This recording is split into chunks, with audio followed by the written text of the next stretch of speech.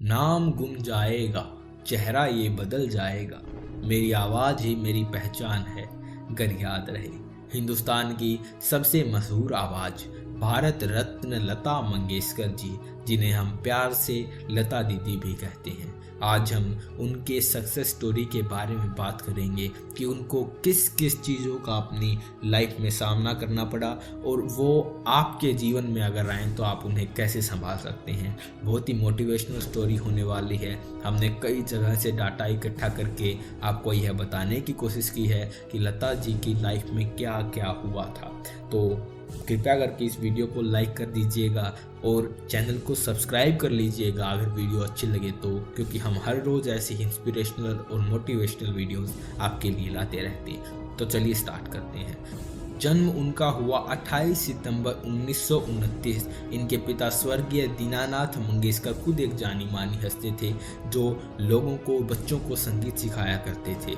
नाटक हो या संगीत, दोनों में ही इन्होंने अपना एक अलग मुकाम बना रखा था। ये किस्सा मशहूर रहा कि शुरू में लता मंगेशकर को संगीत नहीं सिखाया जा रहा था और इनके बाबा दीनानाथ मंगेशकर जी बहुत अच्छे शिक्षक थे और इनके बहुत शिष्य थे। एक बार हुआ कि उनका एक शिष्य गलत गाना गा रहा था तो छोटी सी नन्ही लता ने उनको ठीक किया कि ये ऐसे सुर नहीं लगाया जाएगा, ये ऐसे लगाया जाएगा, ये राग ऐसे नहीं होगा। वो नन्ही सी बच्ची इस बात से बेखबर थी कि उसके पीछे उनके पिता खड़े हैं।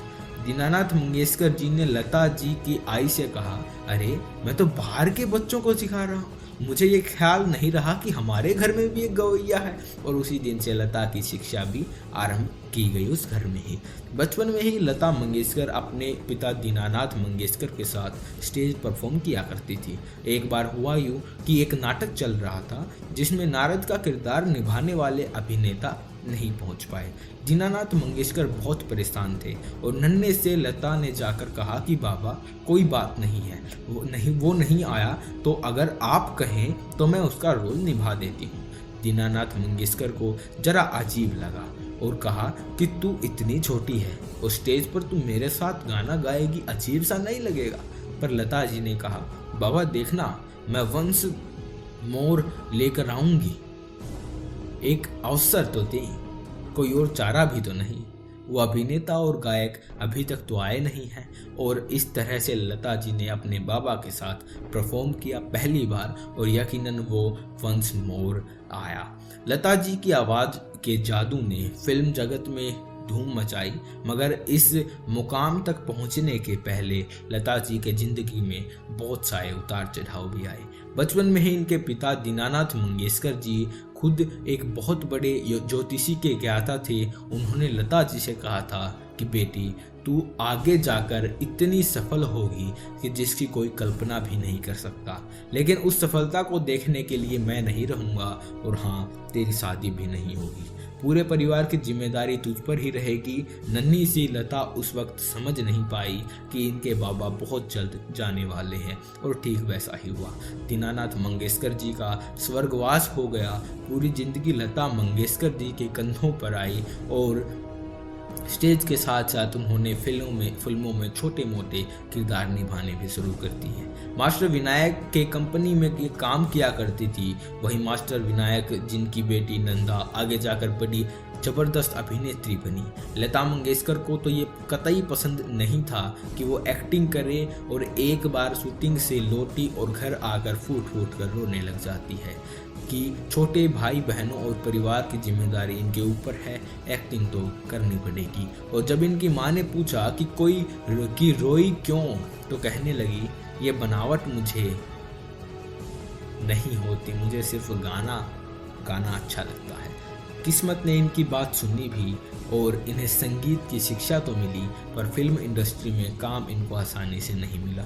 मुंबई फिल्म इंडस्ट्री में इनके आवाज़ को सुनकर ये कहा गया था कि आवाज़ इतनी पतली है, ये प्लेबैक सिंगिंग के लिए नहीं है। और इनके गुरु और गॉड फादर मास्टर गुलाम हैदर ने ये बात साबित करने का पीड़ा उठा लिया कि लता जैसी आवाज़ किसी और के पास नहीं है। मास्टर गुलाम हैदर ने एक अहम भूमिका निभाई लता जी के जीवन में, उनकी सफलता में। ना ही बड़े ब्रेक्स दिलाए, बल्कि ये विश्वास भी रखा कि एक दिन सिर्फ इसी की आवाज़ गूंजेगी, बाकी सारी आवाज़ें इसके आगे फीकी रहेंगी। और ठीक वैसा हुआ भी, यह आप सब जानते हैं। लता मंगेशकर ने एक से बढ़कर एक संगीतकार के साथ काम किया, चाहे वो मास्टर गुलाम हैदर रहे हों या फिर नौशाद साहब, शंकर जयकिशन की जोड़ी रही, या फिर मदन मोहन साहब, मुख्तलिब संगीत के मालिक सलील चौधरी रहे, या फिर रोशन साहब। बदलती पीढ़ी में लक्ष्मीकांत प्यारेलाल और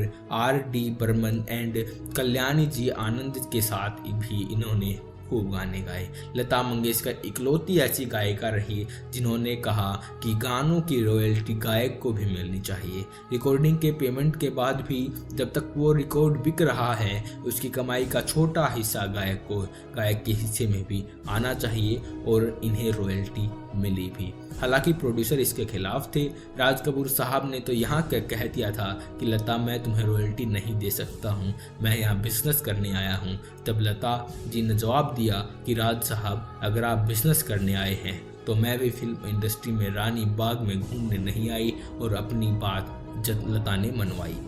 यह बात बहुत कम लोग जानते हैं कि लता मंगेशकर बतौर संगीतकार में भी काम कर चुकी हैं। इनके ऊपर खास दबाव था कि लता मंगेशकर को भी म्यूजिक डायरेक्टर बनना चाहिए, पर लता जी म्यूजिक डायरेक्टर सब बन के दूसरे संगीतकारों के साथ प्रतिस्पर्धा में नहीं बनना चाहती थी, और इसीलिए उन्होंने अपने शुभ चिंतकों के जिद पर नाम बदला और संगीत दिया। मराठी फिल्म थी राम राम पाहनवे, और बतौर संगीतकार लता जी ने अपना नाम रखा था आनंद घन। और ये राज भी तब खुला जब एक अवार्ड फंक्शन में बार बार आनंद घन को मंच पर बुलाया जा रहा था, और वो वह पर मौजूद होते हुए भी स्टेज पर नहीं चल रही थी। जाहिर सी बात है, लता मंगेशकर कैसे जाहिर करती कि वही लता है और आनंद घन भी वही है, पर लता जी को मंच पर जाना ही पड़ा, और इस तरह से ये राज खुला भी। ये बात भी आगे जाकर पता चली कि 60 के दशक में जब लता मंगेशकर एक अलग मुकाम हासिल कर चुकी थी, तब इनकी तबीयत अचानक बहुत ख़राब हो गई थी। मौत के मुंह से इन्हें बाहर निकाला गया, और डॉक्टरों ने इन्हें बोला था कि आपको धीमा जहर दिया जा रहा है। वो डॉक्टर सही था। इनका एक रसोइया इनके हर रोज़ धीमा जहर दिया करता था, जिसकी वजह से लता जी की जान भी जा सकती थी, पर इनके बीमार पड़ते ही तुरंत वह रसोइया भाग गया। अवार्ड के मामले में लता मंगेशकर ने कीर्तिमान स्थापित किए, चाहे वह पद्म भूषण रहा हो, पद्म विभूषण, या फिर भारत का सर्वोच्च सम्मान भारत रत्न। जहाँ पर फिल्म फेयर अवार्ड की बात आती है, तो लता मंगेशकर ने यह फैसला कर लिया था कि अब नए गायक और गायिकाओं को मौका मिलना चाहिए। इसलिए एक वक्त पर इन्होंने अवार्ड लेने से इनकार भी कर दिया था। लता मंगेशकर का एक बहुत हंसमुख प्रतिभा है, और इन्हें फोटोग्राफी का बड़ा शौक है। ये बात सही है कि लता मंगेशकर की शादी नहीं हुई, पर लता जी ने हमेशा कहा कि मेरे परिवार में मेरे छोटे भाई बहनों के बच्चे भी मेरे खुद के ही तो बच्चे हैं। हर संगीतकार के साथ लता मंगेशकर के संबंध खूब जमी, चाहे वह दादा बर्मन रहे या फिर उनके बेटे R.D. बर्मन रहे, या बदलते वक्त के संगीतकार जतिन ललित और A.R. रहमान रहे।